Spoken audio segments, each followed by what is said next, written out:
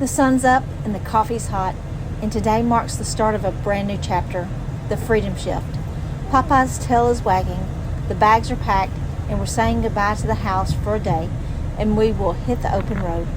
There's nothing more like the sound of the gravel under the tires and that very first deep breath of fresh morning air that says, "Ah, freedom." This isn't just a trip, it's a shift in how we live, how we see the world, and how we chase what truly matters. Popeye already in the passenger seat, ready for the big adventure, and we're bringing along for every mile, every stop, and every unforgettable moment. This is the Freedom Shift, and it starts again right now. Have I told you what a great little companion this guy is? I tell you what, he absolutely loves to look around. I bet he feels completely different being in a four-wheeler versus an 18-wheeler. In the 18-wheeler, he was so much higher, he probably felt like the king of the road. Now that he's lower, down with everybody else, he looks around as if he's a little bit confused, and now he's going to try to get a little bit higher up so he can see the way it used to be. He cannot get up on the dashboard anymore, and when he does, he just has to crawl around on all fours. His knees, literally, he's crawling. But he made his spot. He can see above everybody else, so he thinks. But before we hit the open road today, we've really got to go on a quick stop into town to grab a few last-minute things. But as you can tell, Popeye is more than ready to be moving. He's already perched himself on the window, tag wagging, watching every car that goes by like it's the most exciting thing in the world. He knows that once the wheels start rolling, the adventure begins. And there's nothing he loves more than feeling the breeze on his face and watching the world fly past. So town first, and then it's back on the way to the highway for another day of the Freedom Shift with my favorite little co-pilot. And as I turn that corner in town, I know exactly where I'm going. It's a place I visit quite often, and it's called Fit Family Nutrition.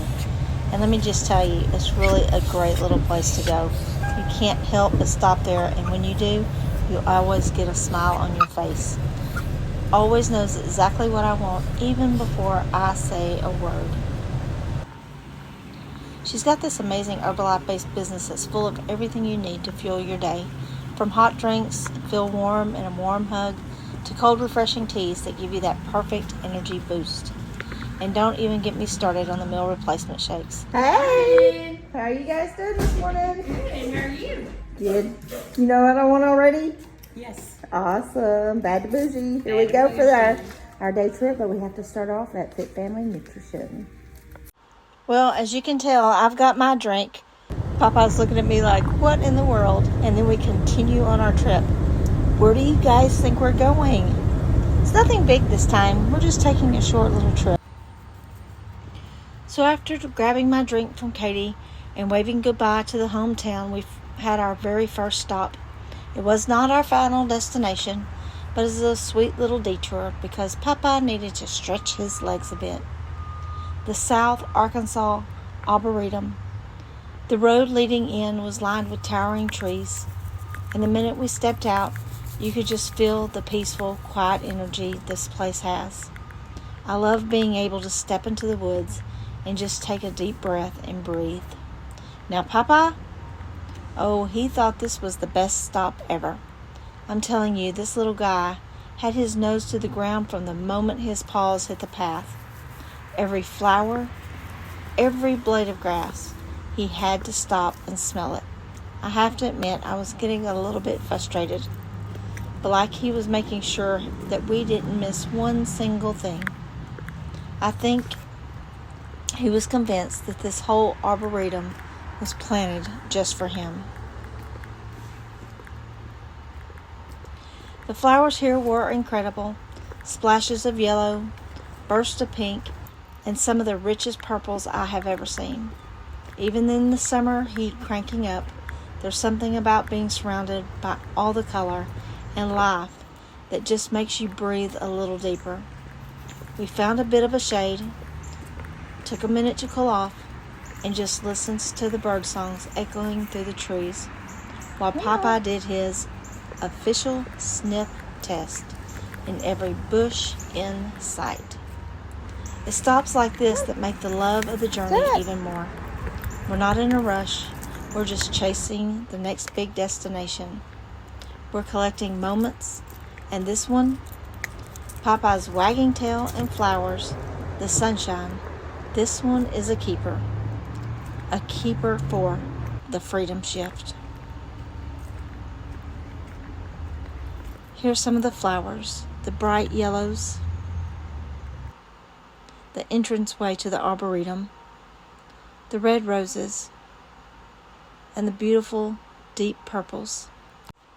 Now, leaving the Arboretum behind, Popeye finally pulling away from his sniff fest, we continued on our drive towards Smackover, Arkansas, a small town that's anything but ordinary. Smackover's population is just over 1,600 people as of the 2020 census. Tiny by most standards, but full of character. What really sets it apart, though, is the fact that it's home to the only pedestal-mounted traffic light in the entire state, a true one-of-a-kind relic. Unlike modern lights hanging over the intersection, this one stands right in the middle of the road, just like they're used to back in the early days of the automobile. Folks here finally call it the red light, because really it doesn't need to control much else. The little signet dates to the town's big oil boom in 1920. Smackover exploded from a quiet community into a bustling hub almost overnight after oil was discovered nearby in 1922. Buildings went up fast, and so did landmarks like this. Like the light, it symbols a burst of activity in what was then a burgeoning economic gold mine. Today it's more than a traffic device. It's a local treasure, the last surviving pedestal light in Arkansas, nominated in 2011 for the National Registry of Historic Places. Standing right where old downtown storefronts line South Broadway, it's like a time capsule, reminding everyone who passes through Smackover's colorful past. As we pull into the center of town, you can't help but notice how quiet it feels. Popeye perked up at the whirl of the light changing, but mostly he just was excited to sniff around the tiny downtown. The warmth of the day echoes, and the heat of the boom years, but there's a peaceful slowness here now, a calm that only comes when traffic is more about stories than congestion. Now, after soaking up the little history in Smackover and snapping a few pictures of that one-of-a-kind traffic light, we headed just a few miles down the road and made our way back to El Dorado. This town always has such a lively feel. Historic buildings, friendly faces, and little hidden gems on every corner. Popeye sure found his way around, and he wanted to go into the ice cream shop. And let me tell you, today's gem, well, it was a little off the beaten path. And I'll tell you about that in just a moment. But I wanted to show you how cool this is. Look at what me and Popeye are fixing to run across. Look at that, a telephone booth. Reminds me of the ones in London. And one of the favorite things we spotted today were these bright red telephone booths scattered around town. But they're not for making calls anymore. They've been turned into little free book libraries. How cool is that? You can just walk up, open the door, and there are shelves of books for anyone to borrow or trade. Yes, this one's a little messy, but you gotta keep going. So the next stop, we just kind of walked around the entire town, looked at some of the beautiful old buildings and some of the things that were sitting around. There were lots of different statues and memorials around town.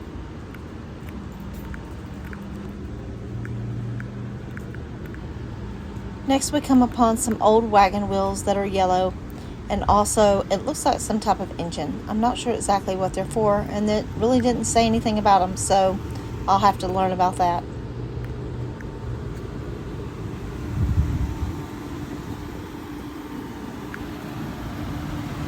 Okay, I think we're going to get in the car. Here's some really quick snapshots I took around the building. I love the bell.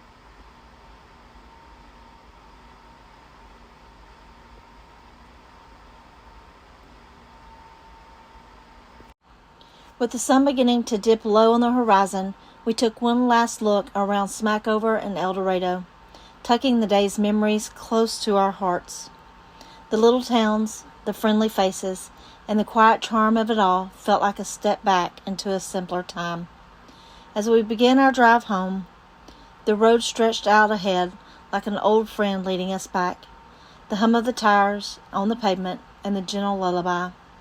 It was the kind of day that made you grateful for small towns, good company, and a promise of home waiting just around the corner. We did find this old school building and graveyard along the way. Popeye is sure tuckered out. A quick stop at the Frog Level Monument and then on our way to entering Texas. We rolled up to Three States Monument, the quiet little corner of Texas, Arkansas, and Louisiana come together like old friends meeting in a fence line. The air felt still there, almost like it was holding its breath, remembering all the footsteps and wagon wheels that had passed through over the years.